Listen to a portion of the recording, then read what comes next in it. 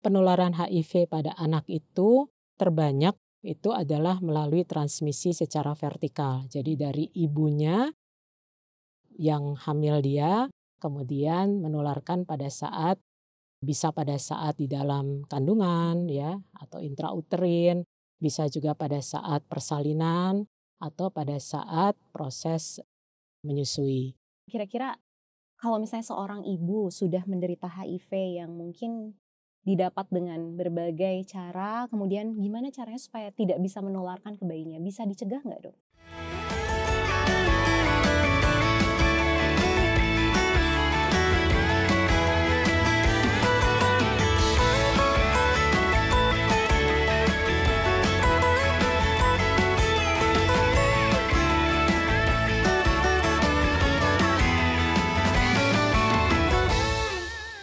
Assalamualaikum warahmatullahi wabarakatuh. Halo Sobat Podcast IDAI semuanya, ayah bunda, para rekan sejawat, apa kabar? Semoga semuanya dalam keadaan baik-baik saja ya. Kali ini bersama saya, Dr. Tiara Nian Paramita, spesialis anak, kita akan kembali berbincang-bincang dalam podcast IDAI.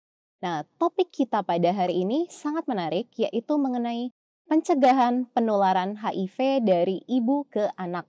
Topik ini dipilih dalam rangka menyambut World AIDS Day yang jatuh pada tanggal 1 Desember 2022. Saat ini saya sudah bersama seorang bintang tamu yang sudah tidak asing lagi di dunia kesehatan anak Indonesia, yaitu dengan Dr. Debbie Latuperisa, spesialis anak konsultan.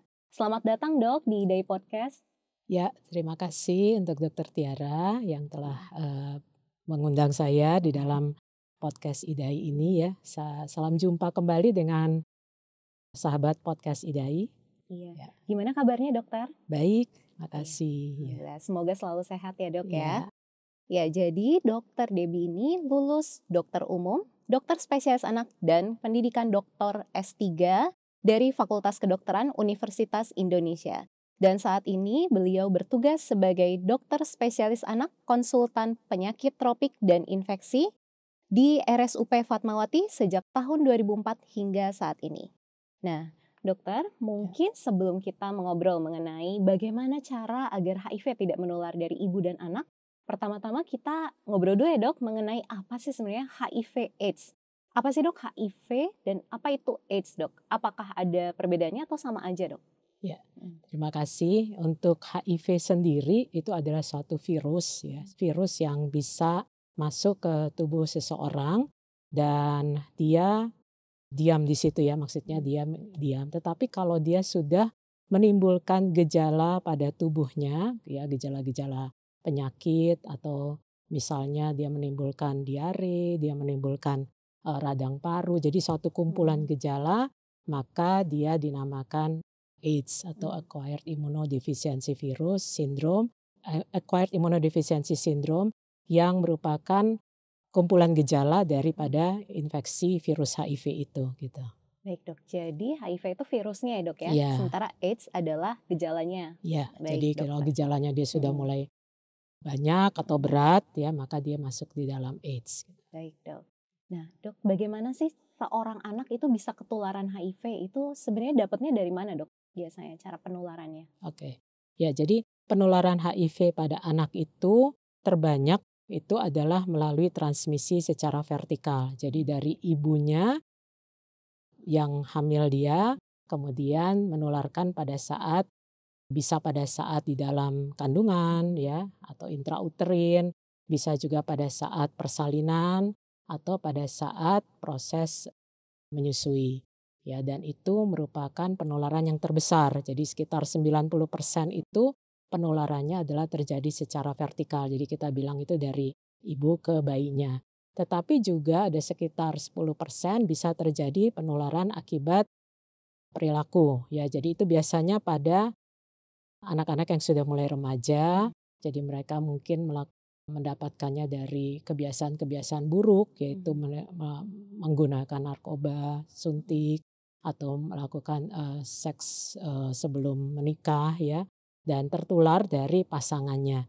Tetapi juga ada penularan yang bersifat Jadi artinya dia mendapatkan misalnya transfusi darah ya yang misalnya tercemar virus HIV/AIDS ini, itu pun juga bisa.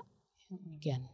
Baik dok, jadi mayoritas sebenarnya mereka itu terkena sejak bayi ya dok ya? Iya.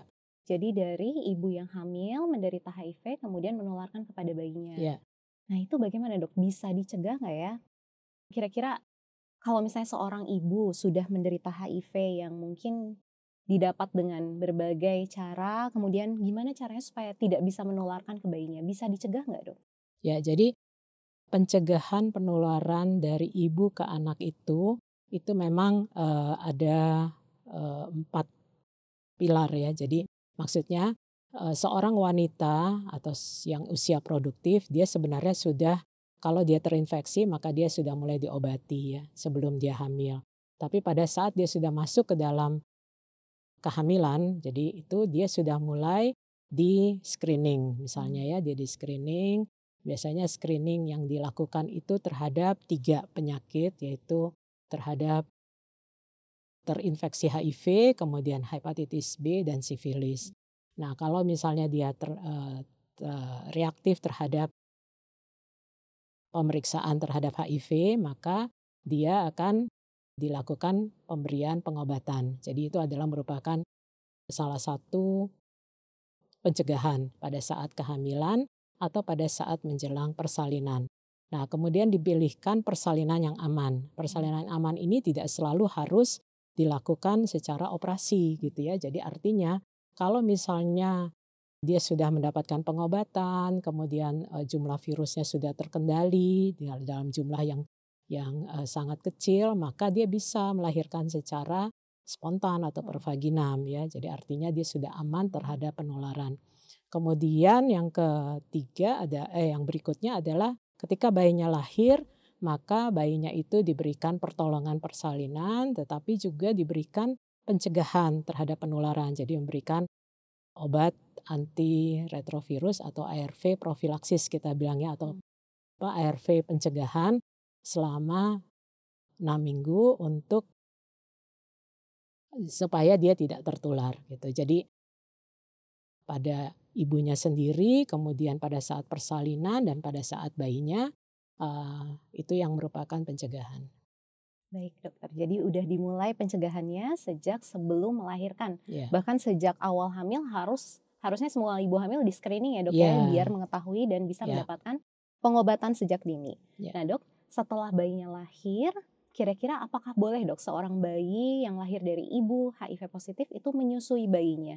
Itu Ya. gimana dok, boleh nggak? Jadi saya ingin beritahukan dulu ya bahwa penularan virus HIV ini selain melalui pada saat kehamilan, jadi melalui intrauterin, jadi melalui plasenta ya, kemudian juga pada saat persalinan dia tercemar darah dari ibu atau sekret dari vagina ibu, kemudian juga masih ada kemungkinan virus HIV itu berada pada ASI ya, jadi virus yang bebas itu kemungkinan meskipun itu sangat kecil tetapi ada kemungkinan itu, sehingga kemungkinan untuk tertularnya dibandingkan, jadi ada penelitian yang membandingkan antara pemberian ASI saja, kemudian pemberian susu formula dan pemberian campuran ASI dan susu formula.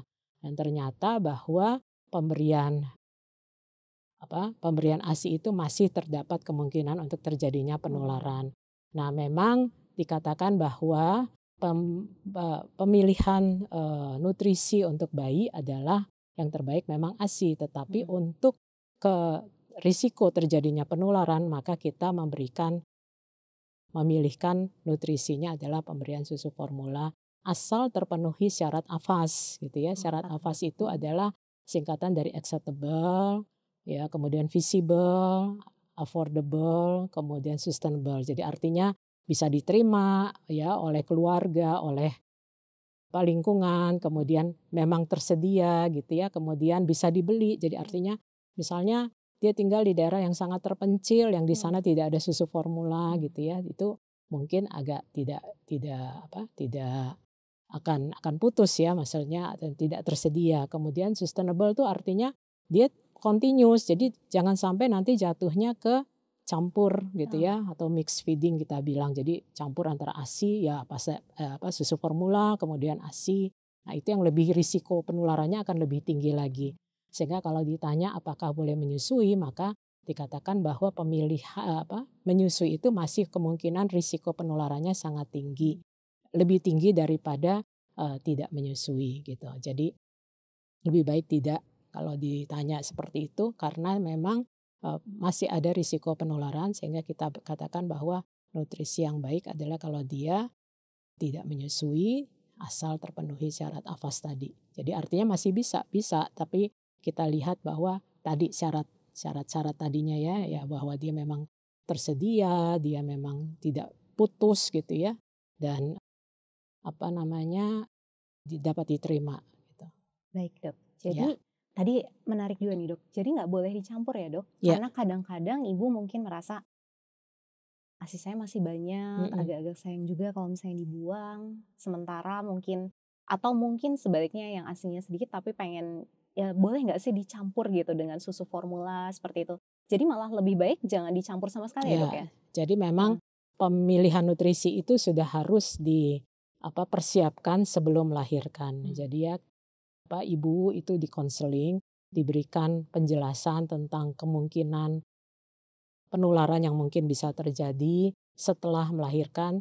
Kalaupun misalnya penularan secara di dalam kandungan atau persalinan itu tidak terjadi, tetapi kemungkinan untuk tertular pada saat dia menyusui masih mungkin terjadi gitu. Nah, itu sudah harus dipersiapkan sehingga ibu tahu gitu ya risikonya.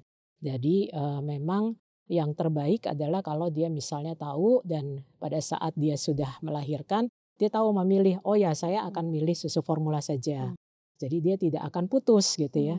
Tapi kalau misalnya dia baru tahunya setelah melahirkan, pada saat dia tidak ada susu formula, dia kemudian ganti lagi, atau dia tidak ada ASI, dia ganti lagi. Nah, itu yang lebih risikonya lebih tinggi untuk terjadinya penularan setelah atau pasca melahirkan. Jadi lebih baik memilih satu pilihan aja ya dok ya, dan yang terbaik adalah untuk mencegah penularan adalah susu formula full seperti itu ya dok ya. Baik dok. Nah dok, mungkin ada pertanyaan juga nih, kalau misalnya seorang ibu dan HIV positif merawat bayinya, nah itu boleh nggak sih dok kayak tidur bersama-sama makan dari satu piring yang sama, menggunakan handuk yang sama, seperti itu boleh nggak sih dok sebenarnya? Ya. Apakah ada batasan tertentu gitu dok dalam merawat seorang bayi? Ya. Jadi perawatan bayi yang lahir dari ibu HIV itu memang sama ya, tetap sama dengan bayi-bayi pada umumnya, bahwa kita tidak boleh melupakan akan tumbuh kembangnya dia. Jadi artinya nutrisi, kemudian jadi ASI, asuhnya itu tetap harus dipertahankan, maksudnya tetap harus diberikan. Jadi tidak boleh ada pemisahan, bonding dengan ibunya tetap harus berlangsung gitu ya. Kemudian stimulasi juga tetap harus diberikan, imunisasi juga harus tetap diberikan. Jadi itu adalah hal yang memang penting.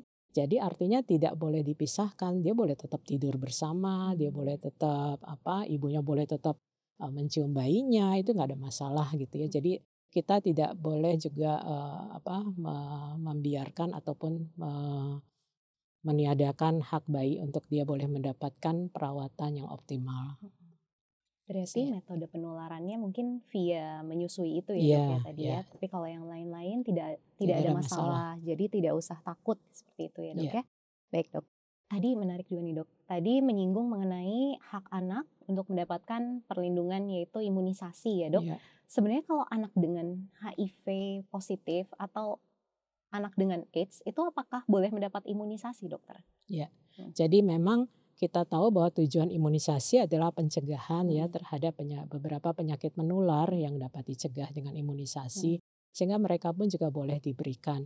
Memang ada hal yang pada saat bayi itu lahir kita belum tahu pasti ya dia sudah tertular atau belum, karena nantinya kita akan bisa memeriksakan penularan itu pada saat nanti dia berusia antara 4 sampai 6 minggu.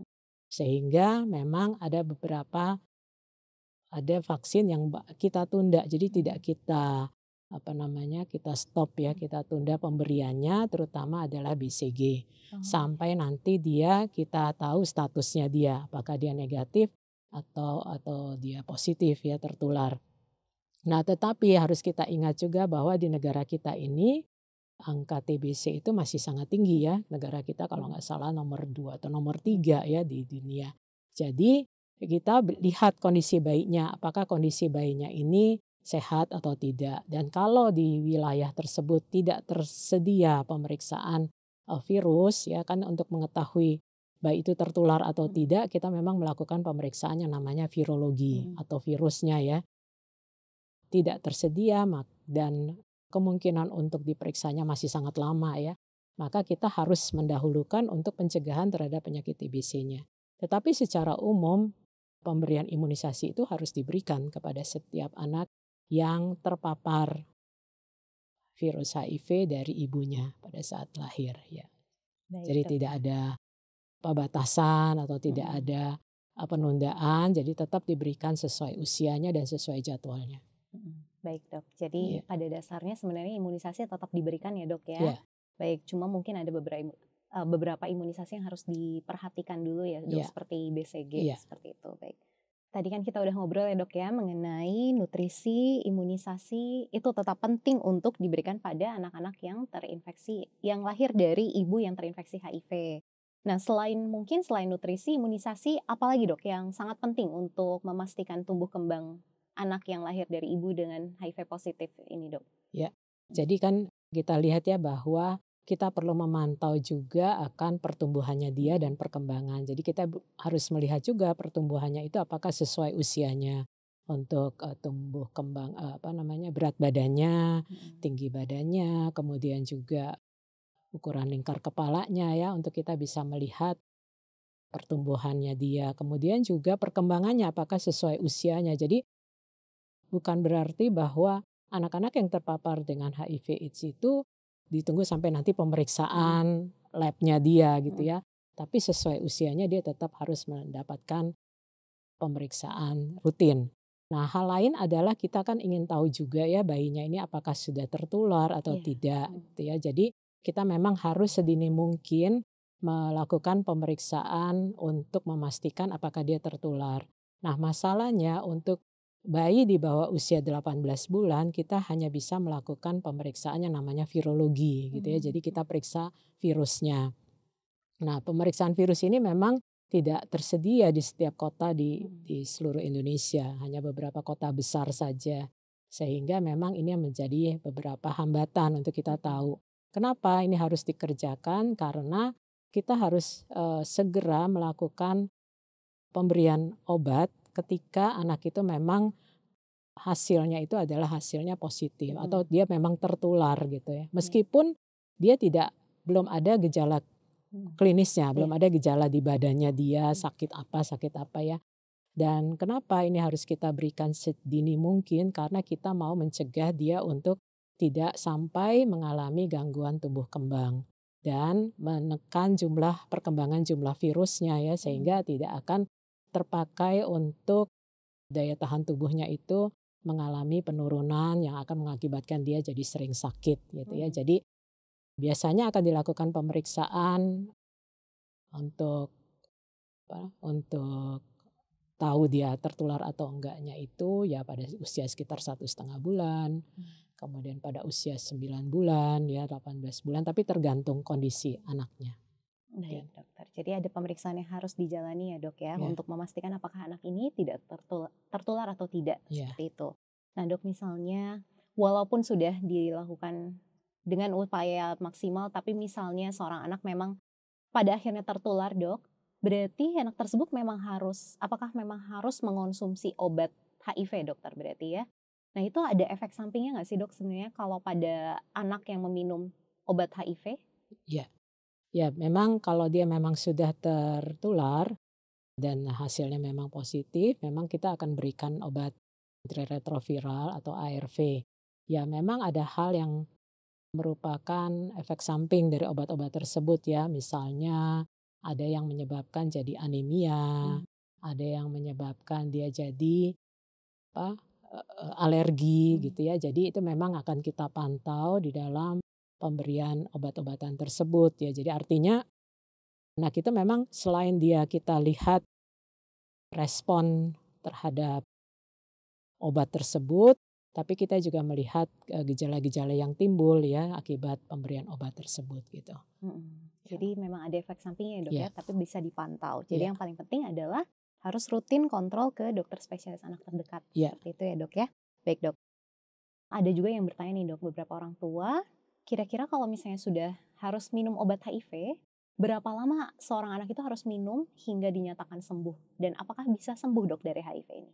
Ya, jadi kalau kita lihat ya bahwa fungsi pemberian ARV tersebut atau tujuan pemberian ARV tersebut adalah untuk menekan replikasi atau penggandaan dari virus itu menjadi banyak ya. Jadi belum untuk menghilangkan benar-benar virus, karena virus itu memang begitu masuk ke dalam tubuh kita itu dia sudah mengambil DNA dari tubuh kita ya. Jadi bergabung dengan DNA tubuh kita, itulah yang menjadi pengobatan yang belum bisa untuk melenyapkan virus HIV dari tubuh. Sehingga memang seorang anak yang memang sudah harus mengkonsumsi ARV, ya seumur hidupnya dia harus mengkonsumsi obat tersebut ya, sehingga dia dapat menekan jumlah replikasi atau penggandaan dari virus tersebut gitu.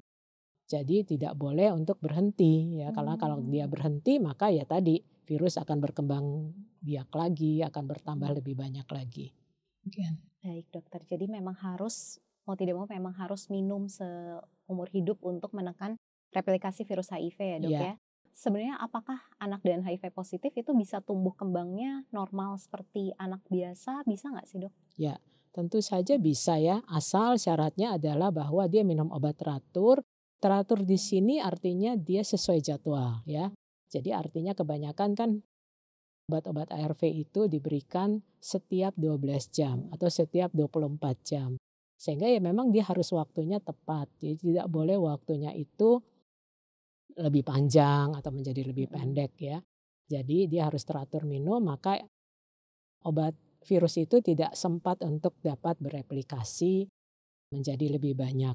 Jadi, nah kalau itu dilakukan dan kemudian dia mendapatkan pencegahan penyakit dalam bentuk imunisasi dan kemudian dia mendapatkan nutrisi yang cukup, maka tumbuh kembangnya akan baik ya. Jadi dia bisa bertumbuh dewasa dan menjadi lebih produktif gitu.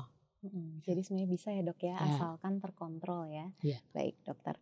Nah pada anak yang dengan HIV positif itu kita harus mewaspadai penyakit apa saja dok yang bisa muncul pada dia? Ya, jadi penyakit HIV positif ini memang ada beberapa stadium ya yang bisa kita masukkan di dalam golongan penyakit ini. Jadi ada juga yang awal, yang ringan, mungkin anak itu mengalami gangguan pada kulit ya, jadi gatal-gatal pada kulit. Kemudian yang mungkin lebih berat adalah dia mengalami yang namanya wasting ya, jadi artinya berat badannya tidak naik-naik ya, berat badannya mengalami penurunan. Kemudian sering diare atau diarenya panjang ya, lebih dari 2 mingguan. Kemudian bisa radang paru, kemudian bisa juga mengalami infeksi pada daerah mulut ya, infeksi jamur pada daerah mulut. Kemudian juga yang mungkin yang sangat berat adalah kalau dia mengalami infeksi pada otak ya, jadi bisa menyebabkan kejang-kejang, tubuh yang kaku ya, dan itu yang mungkin sudah lebih berat ya. Jadi memang harus dipastikan pengobatannya rutin ya dok ya, dan lengkap supaya tidak mengalami penyakit-penyakit yang tadi disebutkan. Baik dokter. Wah kita udah gak kerasa ya dok, kita udah ngobrol cukup lengkap juga nih dok. Dan saya yakin para sobat podcast IDA semuanya, para sejawat dan ayah bunda semuanya udah belajar banyak banget nih mengenai HIV pada hari ini. Nah mungkin dok sebelum kita tutup podcast kita, dari dokter Debbie apakah ada semacam take home message dok yang harus dipahami oleh ayah bunda dan sobat podcast IDA semuanya mengenai topik kita hari ini? Ya, jadi ayah bunda dan sobat podcast IDAI, saya tekankan di sini bahwa penularan HIV pada anak itu adalah lebih banyak terjadi pada transmisi secara vertikal ya, jadi dari ibu ke anak.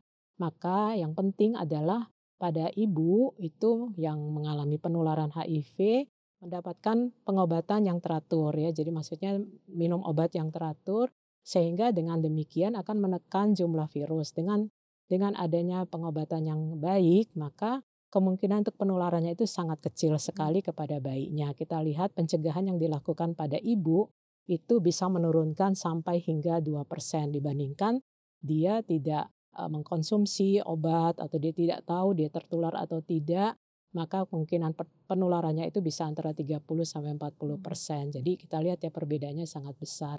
Dan hal yang kedua adalah jangan takut kalau misalnya harus mengalami anak yang menderita HIV. Mereka bisa tumbuh kembang baik asal ya minum obat ARV-nya teratur sesuai jadwal, tidak bolong-bolong gitu ya. Dan kemudian juga terus melakukan pemantauan pertumbuhan perkembangannya, memeriksa secara rutin, dan yang utama juga adalah mendapatkan imunisasi sesuai jadwalnya. Ya, demikian. Ya, baik. Terima kasih banyak Dokter Ya. Debbie. Sobat podcast Ida semuanya, sepertinya sudah sangat paham banget ya. Hari ini kita udah belajar banyak sekali mengenai HIV pada anak, bagaimana cara agar tidak menularkan ya Dok ya, pencegahan penularannya, kemudian bagaimana yang harus dilakukan kalau misalnya seorang anak sudah terinfeksi virus HIV. Terima kasih banyak Ya, Dokter terima Debbie kasih atas Dr. Tiara. kedatangannya Ya. dan sesi diskusinya hari ini. Ya. Luar biasa, sangat mencerahkan sekali. Akhirnya kita sudah sampai pada penghujung IDAI Podcast kita kali ini. Semoga semuanya sudah banyak belajar mengenai topik kita hari ini, yaitu mengenai pencegahan penularan HIV dari ibu ke anak.